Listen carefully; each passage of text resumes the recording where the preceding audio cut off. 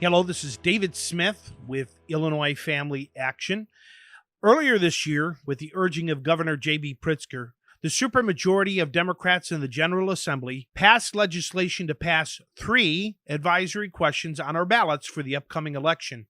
Every voter in the state of Illinois will have the option of voting either yes or no to these questions. These questions are non-binding, meaning they simply act as an official poll of voters to guide state lawmakers on public opinion regarding questions of policy, but do not directly change law. It is then left up to the Illinois General Assembly to act on the results.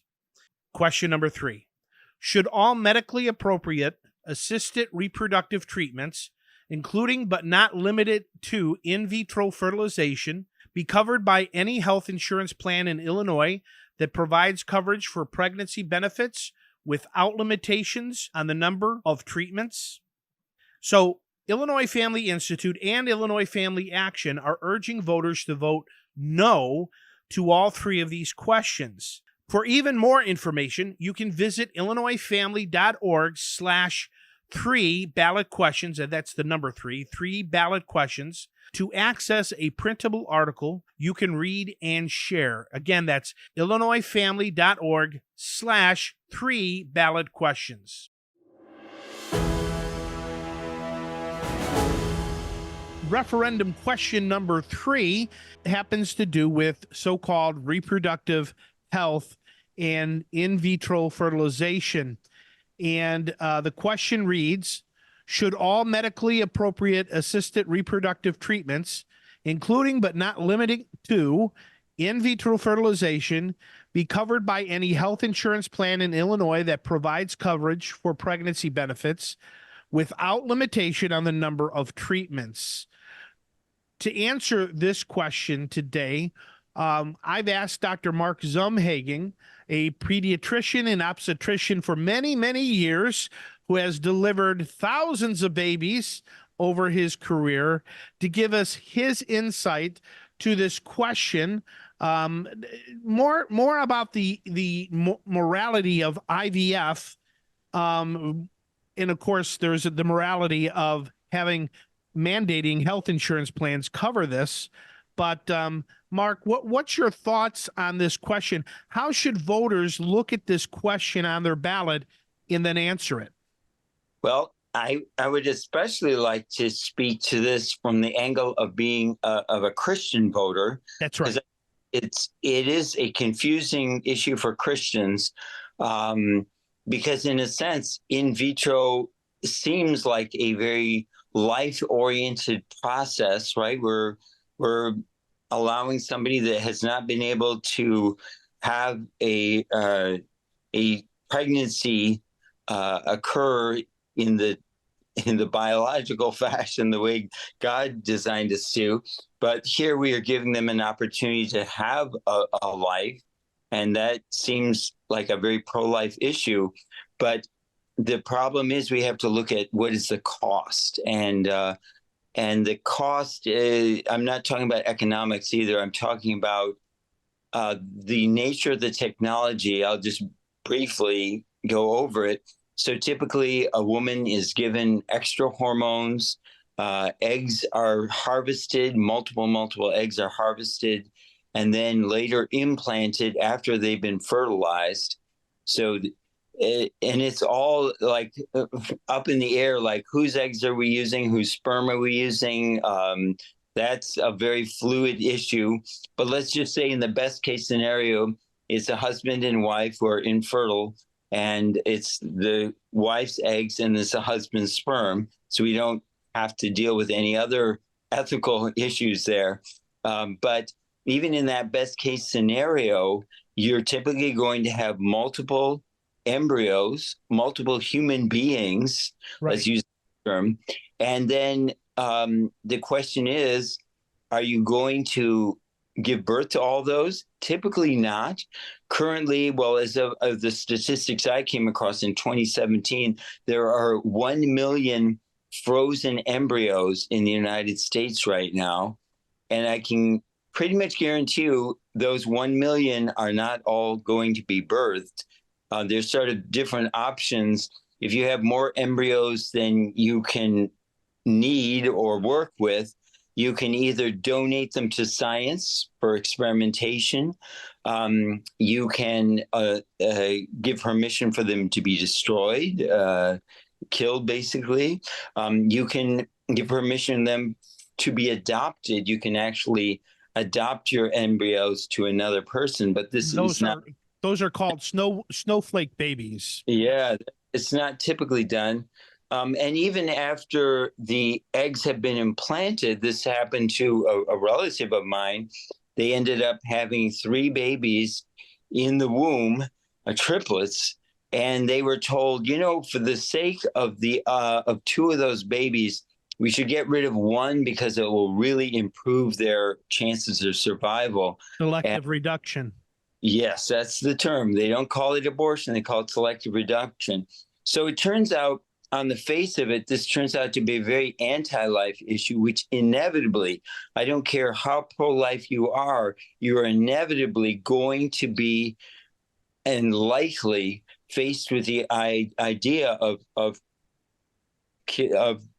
terminating the life of one or multiple embryos, either before implantation or after implantation. And so this is not a pro-life measure.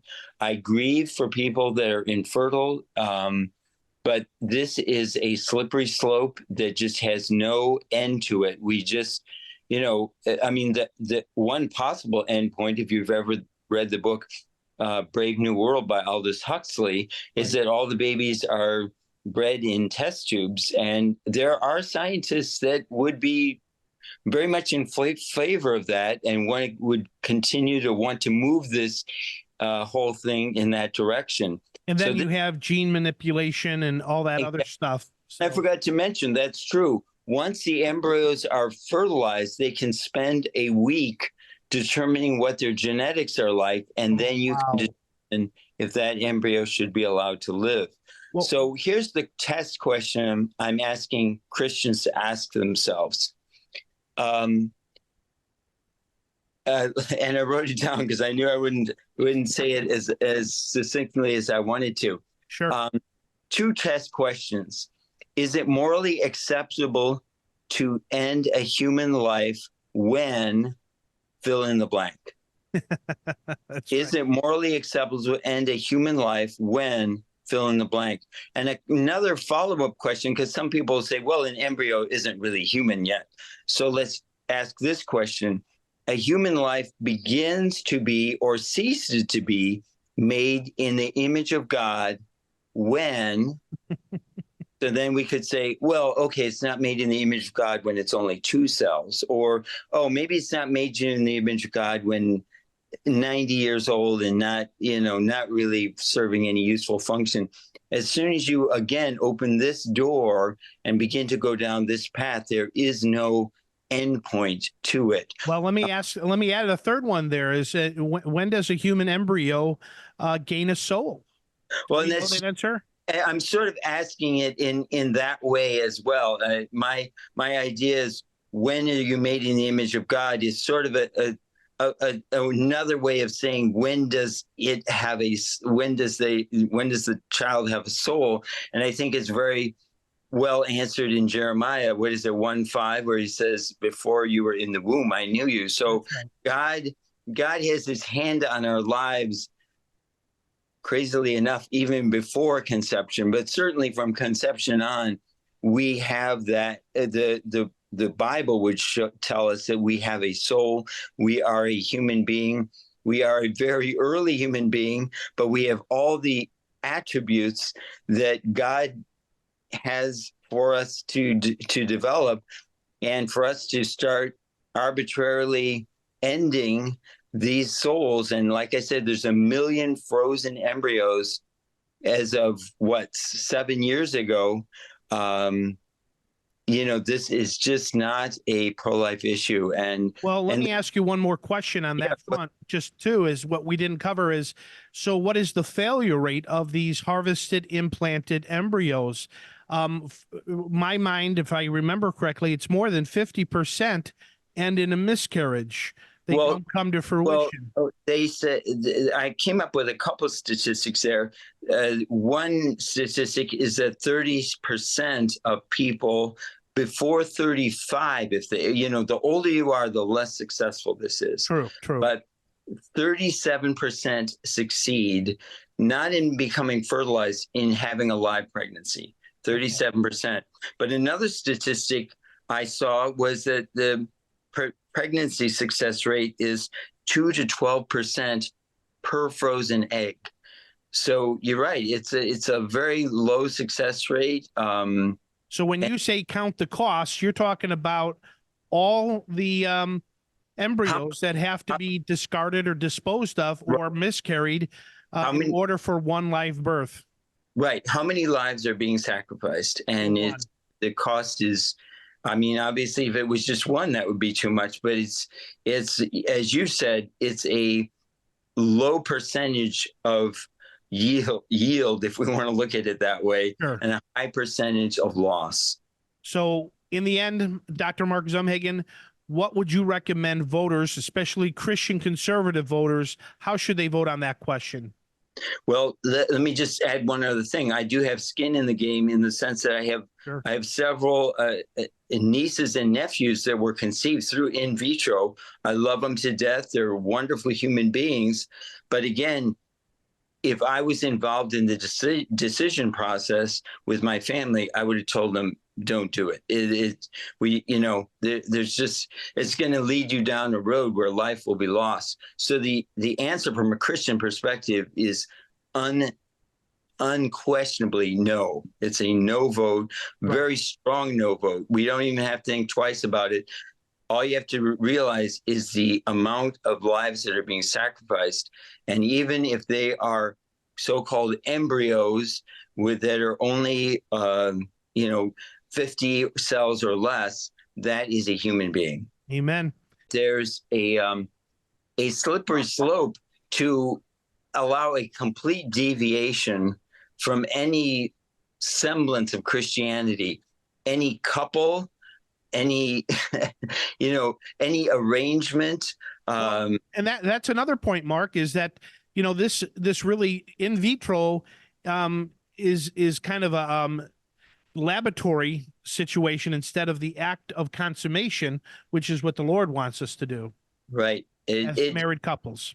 Yes, and once you step off that path, there is no end to where that path takes you. It does not take you towards a Christian worldview. It takes you directly away from it. More and more and more. That's it. All right. Well, thank you for your time, Dr. Mark Zumhagen. Appreciate that. Our recommendation is to vote no on this advisory question. Thank you, Mark. Clear cut. Okay. Thank you, Dave.